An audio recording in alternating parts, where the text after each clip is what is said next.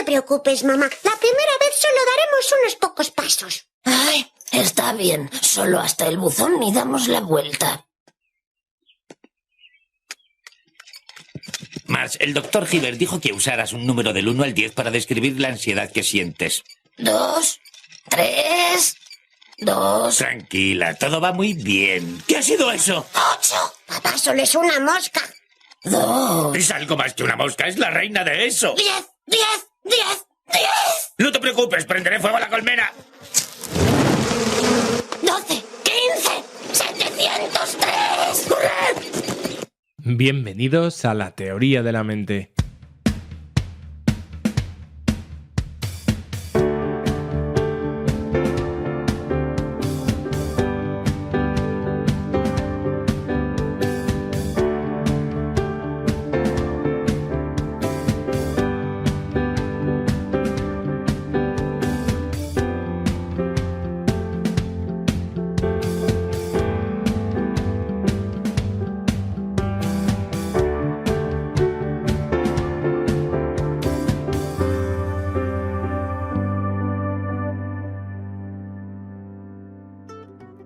Y bienvenidos a la teoría de la mente. Ya sabéis, el podcast que versa sobre todos aquellos aspectos que son importantes a tener en cuenta dentro del ámbito de la salud mental. Nosotros somos miembros de Amadag, www.amadag y lateoriadelamente.com. Para contactar con nosotros, bueno, pues podéis hacerlo a través del correo info@amadag.com, info@amadag.com, o también lo podréis hacer a través del teléfono en el 911198157, siempre en horario de tarde. 911198157. Bueno, y aquí vamos a tratar otra vez, bueno, vamos a retratar casi, si existiese ese sentido de esa palabra, a la agorafobia. Bueno, ya sabéis, conocéis que nosotros trabajamos casi exclusivamente con las fobias, y dentro de las que trabajamos, pues bueno, esta es una de las que más tenemos que ver en nuestro día a día en la consulta. Vamos a ofrecer un resumen para aquellos que no conocen tanto en qué puede consistir, y bueno, también vamos a dar una serie de ideas y una serie de visiones acerca de cómo vemos nosotros el tratamiento. Ya sabéis que algunos de los viernes retomamos el material que hemos colgado en el videoblog, en el consultorio, y bueno, esperemos que os sea de utilidad. Así que sin más, damos paso ya al programa.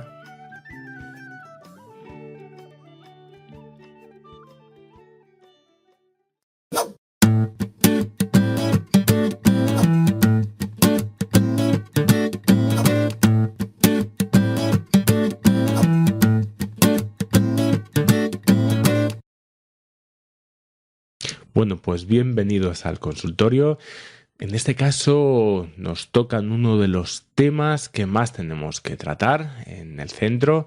Nosotros, de hecho, claro, somos Amadag, que es la Asociación Madrileña de Agorafobia, aunque bueno, no nos ceñimos solamente al ámbito de Madrid, sino que mediante la consulta online sí que podemos trabajar con muchas personas que están fuera de Madrid, incluso fuera de España. Bien, bueno, pues hoy vamos a ver vamos a ver este trastorno, que es un trastorno que es semi desconocido, aunque cada vez bueno, nos vamos acercando un poquito más me refiero, que es decir, las personas cada vez van sabiendo más un poco a qué se refiere, porque hasta ahora casi siempre se confunde en esa nomenclatura como este miedo a los espacios abiertos. Bueno, cada vez los medios de comunicación nos van devolviendo cuál es la característica real de la agorafobia, y esto es de lo que vamos a tratar hoy. ¿Bien?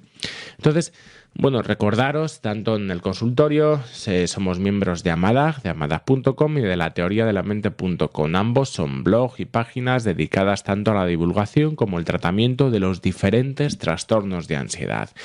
Si queréis escribirnos, hacerlo aquí en info@amadag.com. Bien. Bueno, advertencia, como siempre os digo, no toméis esto como un diagnóstico.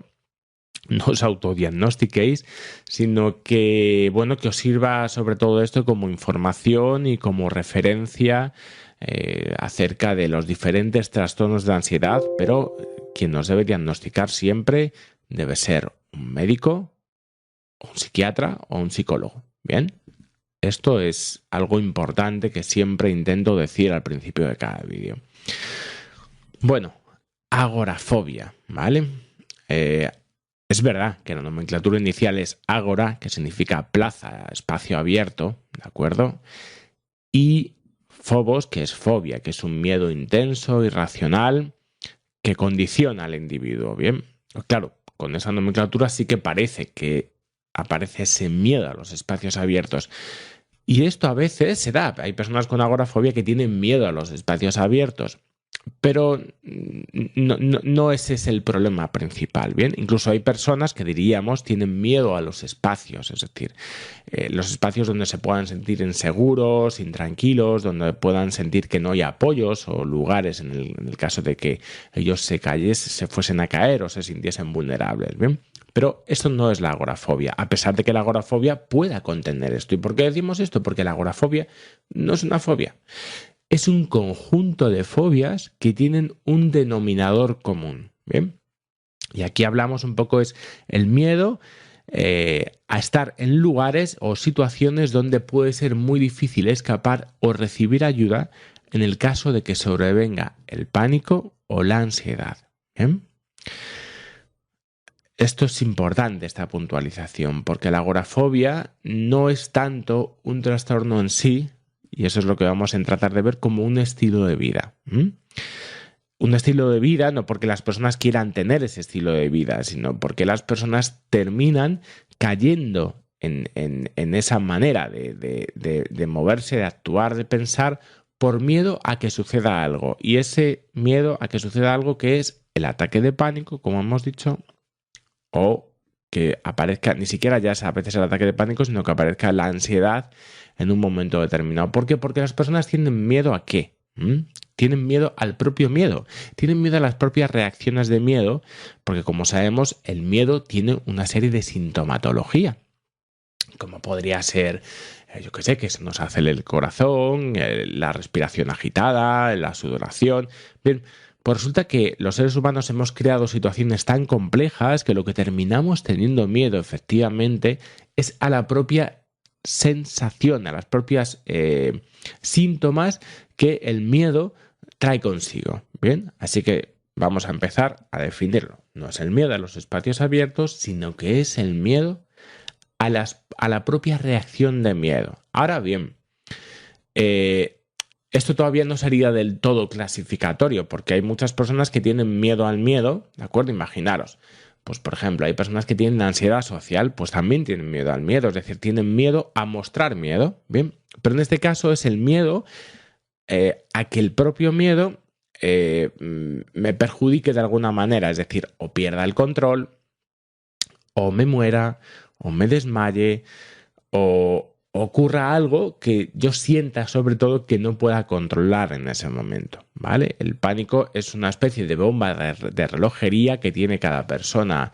en su interior y que puede explotar en cualquier momento. Entonces, la agorafobia, ¿qué es lo que hace? La agorafobia, de alguna manera, lo que hace es delimitar dónde creo que esa bomba, entre comillas, puede estallar o puede no estallar, ¿vale?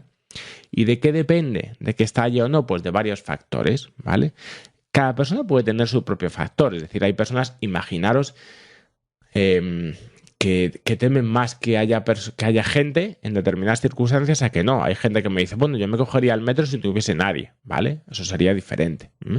Pero bueno, digamos que cada persona tiene sus propios activadores y por lo tanto la persona tiene que terminar evitando todas aquellas situaciones, todos aquellos elementos donde cree que efectivamente puede llegar a tener un ataque de pánico. Bien, porque el ataque de pánico no es simplemente una sensación de nervios, es algo que se ha quedado marcado en la persona de tal manera que no quiere volver a repetir eso que le sucedió, ¿vale?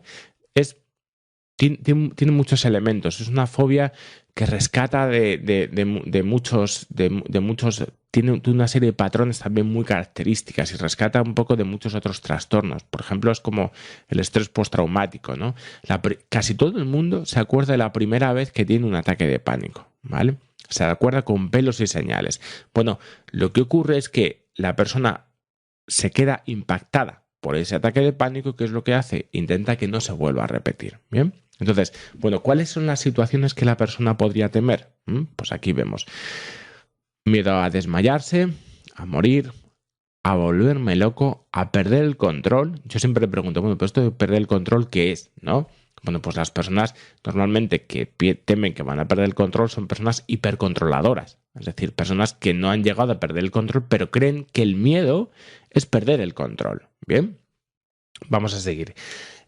La idea también del ridículo a veces acompaña, por eso digo que hay una mezcla extraordinaria. A veces se acompaña, por ejemplo, un poco de ansiedad social, es decir, el miedo a tener que aguantar el tipo, de tener que mantenerme en el lugar con un ataque de pánico, no sea que me vayan a descubrir. El miedo también a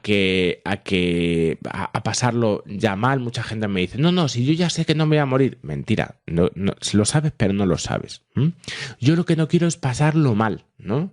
Bueno, pues se pasa mal en muchas circunstancias, pero eso no quiere decir que lo tenga que evitar en sí. Lo que ocurre es que las personas no piensan que lo van a pasar mal, piensan que lo van a pasar tan mal que no lo van a poder soportar. A menudo las personas lo pasan mucho peor antes de la situación, lo que vamos a hablar como ansiedad anticipatoria, que después de la situación. Y esto es fundamental, ¿vale?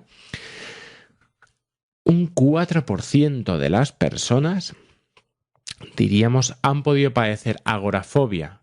Esto cuando se pone todo esto, ¿cómo que un 4%? Bueno, con esto vamos a hablar que la agorafobia tiene muchos grados. Hay personas que lo que les dificulta es poder coger medios de transporte como un avión, a personas que lo que les dificulta, o sea, que llegan a grados donde, bueno, pues les cuesta mucho estar solos en casa o tienen que estar siempre acompañados de alguien, ¿vale? Cada persona, a pesar de tener agorafobia, va a tener su propia agorafobia. Por eso es muy importante que el clínico sepa entender esto, ¿vale? Porque no todas las agorafobias son iguales, ni tienen los mismos condicionantes. Hay que ver un poco cuáles son los armazones que están detrás. Por ejemplo, hay personas que son agorafóbicas y aparte tienen una historia más claustrofóbica que otros.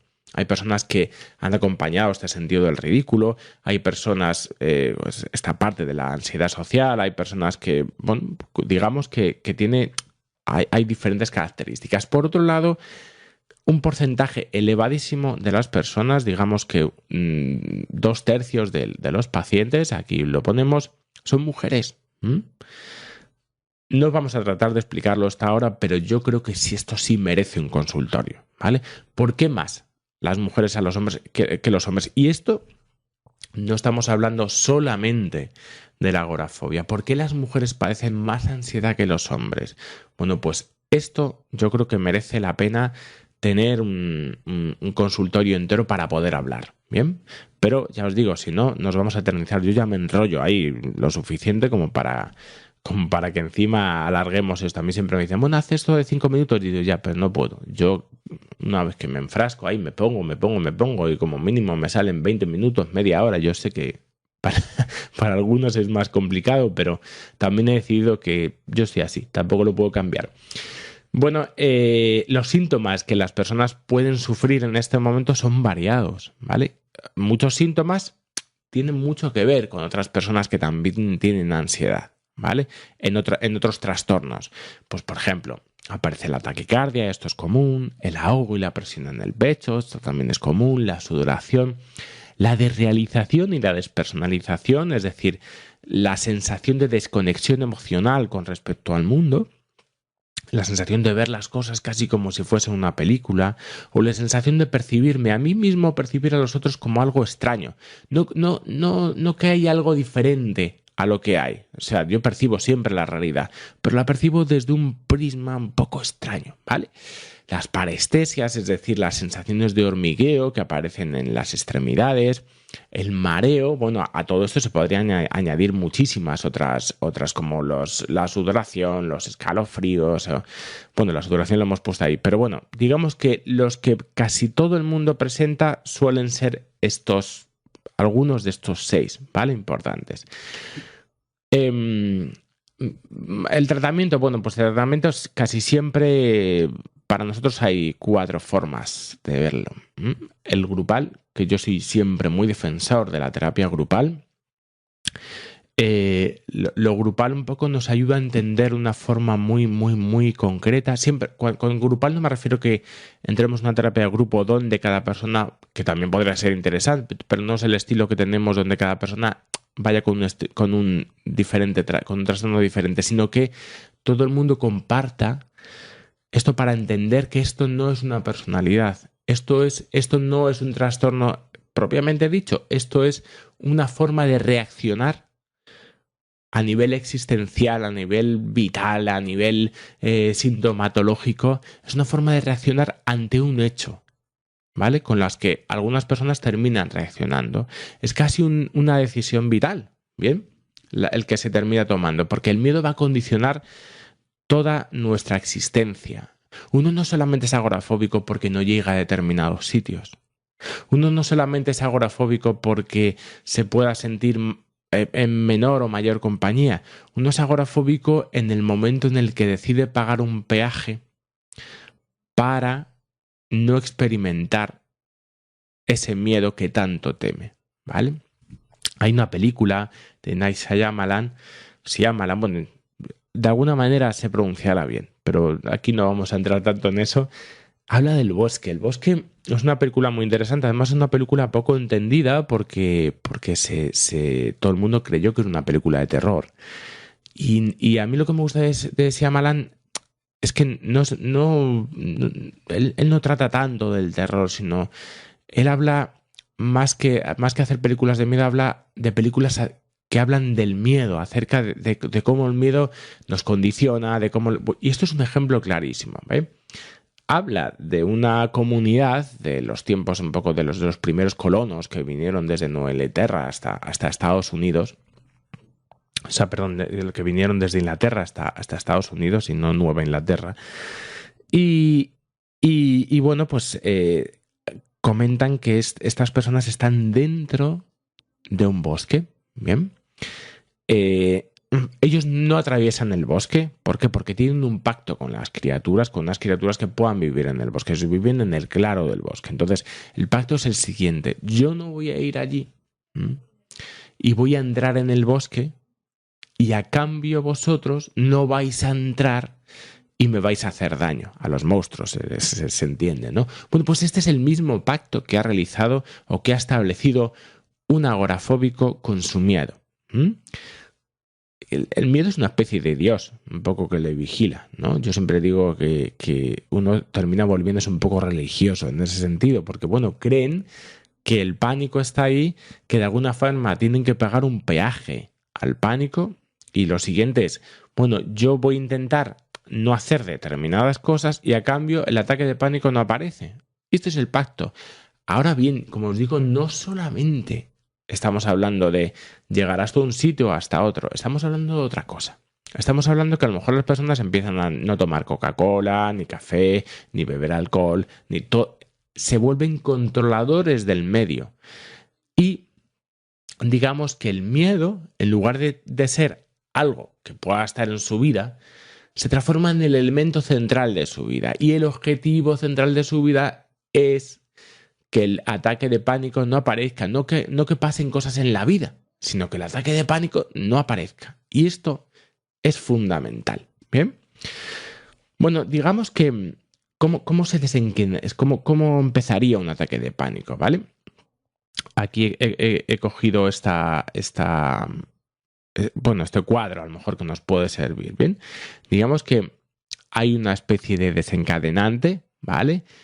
este desencadenante, que es un peligro, que puede ser un peligro externo o interno, la gente dice, yo no sé cómo empiezan los ataques de ansiedad. Bueno, si vamos siendo conscientes nos vamos a dar cuenta de que es un cúmulo de factores, de que son varios los factores que van a estar implicados en que esta ansiedad aparezca, ¿vale? Puede ser un acontecimiento externo, por ejemplo, que digan, uy, pues te vas a quedar solo, porque te dice tu pareja, pues me tengo que ir 2 días a Londres, imagínate, y tú dices, ostras, ¿cómo me las voy a apañar? Bien, pues ahí es donde aparece esa sensación de peligro.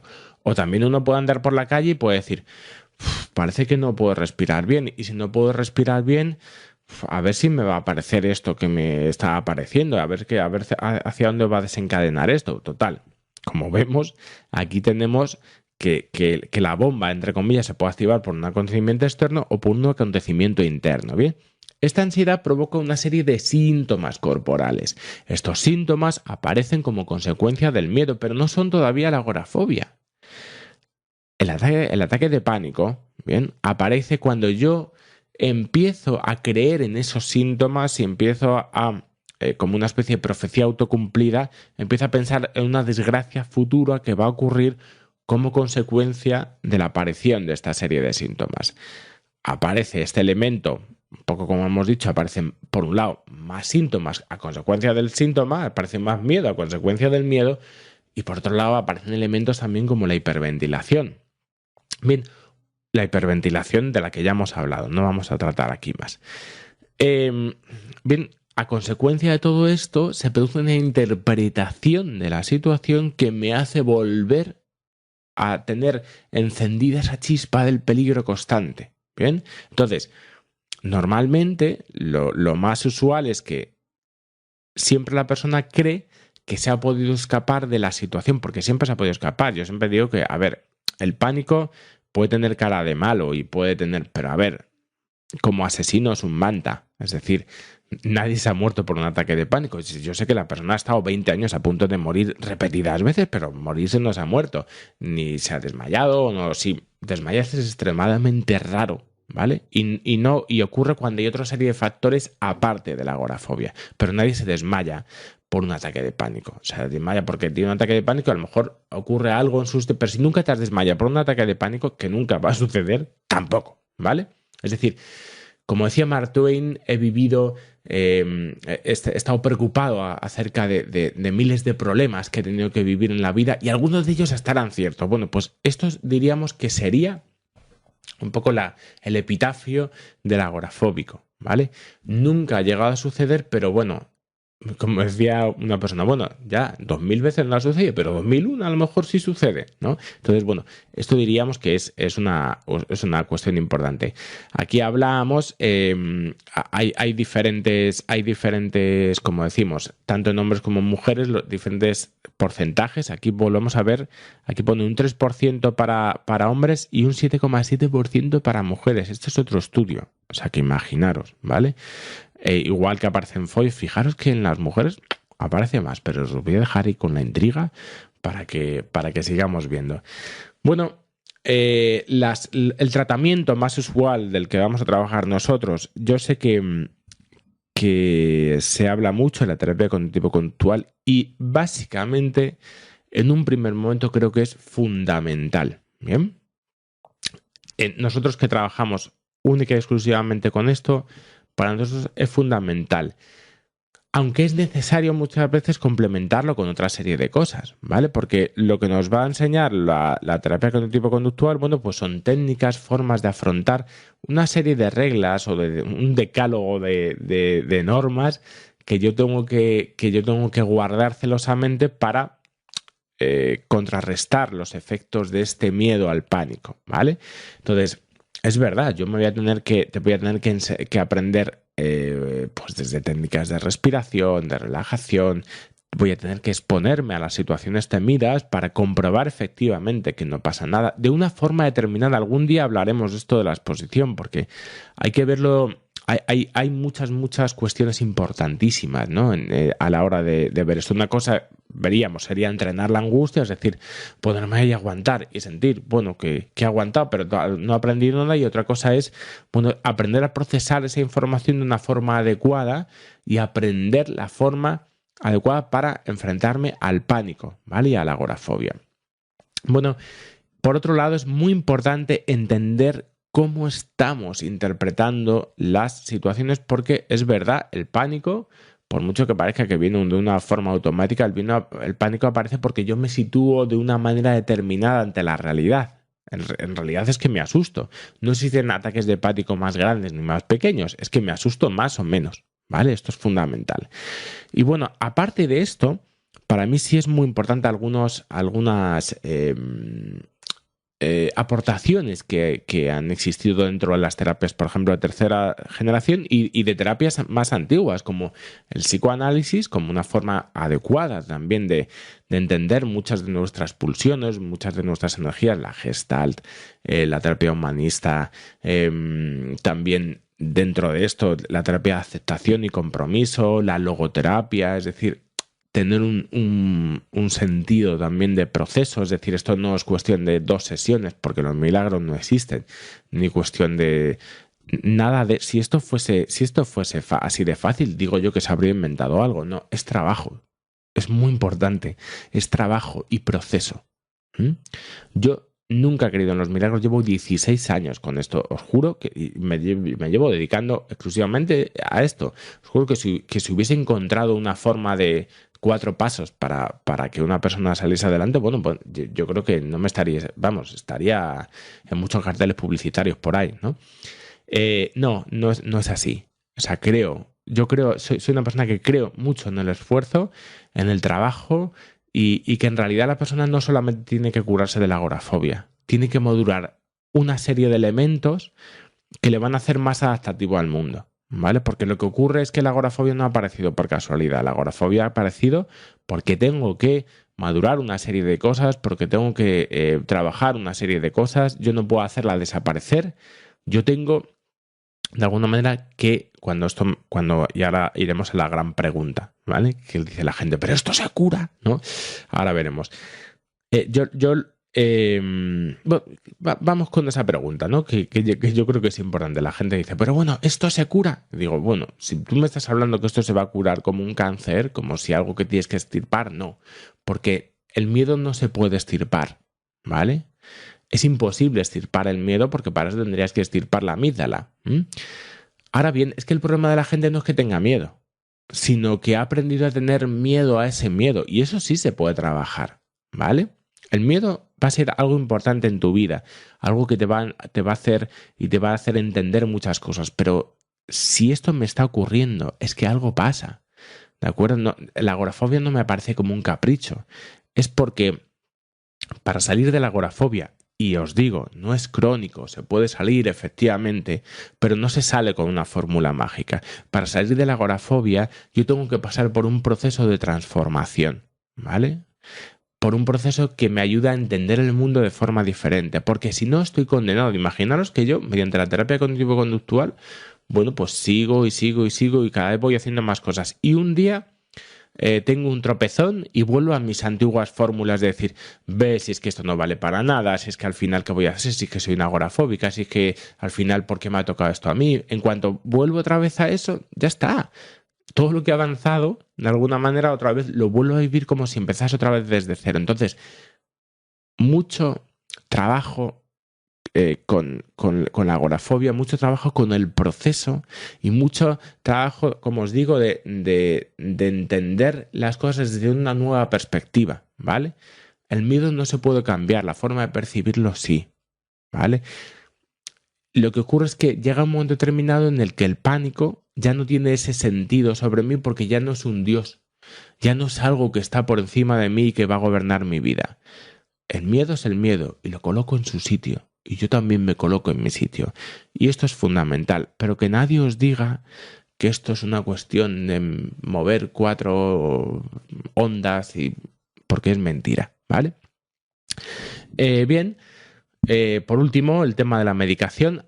Yo, como siempre digo, o sea, mi experiencia me ha tenido que hacer estar muy abierto, ¿vale? Y yo no creo que la medicación sea, lo podamos ver como un fracaso de la persona. La medicación a veces es necesaria, no siempre. Y yo tengo muy en cuenta los casos en los que es necesaria y en los que no es necesario. Pero no podemos andar con esta guerra estúpida entre psiquiatras, psicólogos, que se tiene a veces. Yo trabajo muchas veces con psiquiatras y a veces, en un momento determinado, es importante la medicación. En otras, no tanto. A veces se sobremedica y a veces se inframedica. Es decir, es necesario entender y tener un buen juicio acerca de esto. Entonces, las principales medicaciones son los ISRS, es decir, los antidepresivos. Los ISRS son un tipo de antidepresivos, ¿vale? Pero son los que más se usan en este caso. El antidepresivo lo que me va a ayudar es a tener una cierta línea de estabilidad. Si yo estoy todo el rato con el pánico pegado aquí, con mis ideas obsesivas pegadas aquí, pues a veces es muy difícil racionar por mucha terapia que haga. Necesito tener esa cierta sensación de distancia emocional que me va a ayudar un poco a colocarme mejor, ¿vale? A ponerme mejor en la situación. Bien. Por otro lado está el ansiolítico, que diríamos que es como lo que se usa de forma puntual cuando tengo un ataque de pánico. Pues ahí viene, pues eso, aquí no vamos a hablar qué tipos de medicamentos, pero el ansiolítico es el que sirve. No obstante, en nuestros podcasts sí tenemos un par de podcasts dedicados a la medicación, donde hablamos con Flavio Gutiérrez, que es un psiquiatra que trabaja con nosotros y que es nuestro psiquiatra de referencia, y que, bueno, seguramente os podrían servir. Los podcasts de la teoría de la mente, ya sabéis, si vais a iVoox o vais o también en el Apple Store, si vais dentro de la sección de podcast, dentro de la teoría de la mente, yo creo que hay un par de capítulos dedicados a la medicación y ansiedad. Luego, por otro lado, también hay otra característica muy interesante de cuáles son dentro de las medicaciones, dentro de la fitoterapia, que un poco sí que a lo mejor sí podemos estar más de acuerdo que otro tipo de cuestiones. La fitoterapia, pues los que hemos visto y los que se han comprobado que están por encima del placebo son la valeriana, la hierba San Juan, el hipérico, el espino blanco, la amapola de California y la pasiflora, ¿vale? Bueno, y con esto os dejo hasta el siguiente consultorio. Espero haberos resuelto dudas. Bueno, ya sabéis que esto es una parte muy básica, pero bueno, espero que hayáis aprendido a lo mejor algo, a pesar de haber visto 50 millones de tutoriales de todo, que quizá, bueno, pues os haya despertado alguna idea, ¿no? de camino. Pues nada más, yo soy Rubén Casado y esto ha sido La Teoría de la Mente.